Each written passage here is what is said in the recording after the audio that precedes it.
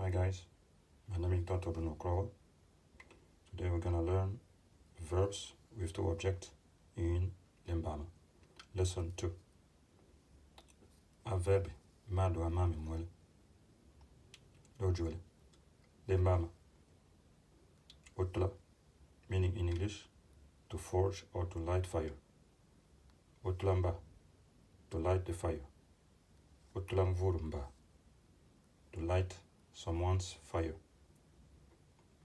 Olusa, to increase or to add.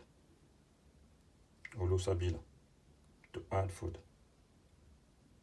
Olusa vurubila, to add food to someone. Oliga, to refuse. Oliga kila, to refuse something. Oliga mvuru kila, to refuse something to someone. Okala, to change or to give back. Okala mfa, to change clothes. Okala mvura mfa, to change clothes to someone. Uchuka, to wash.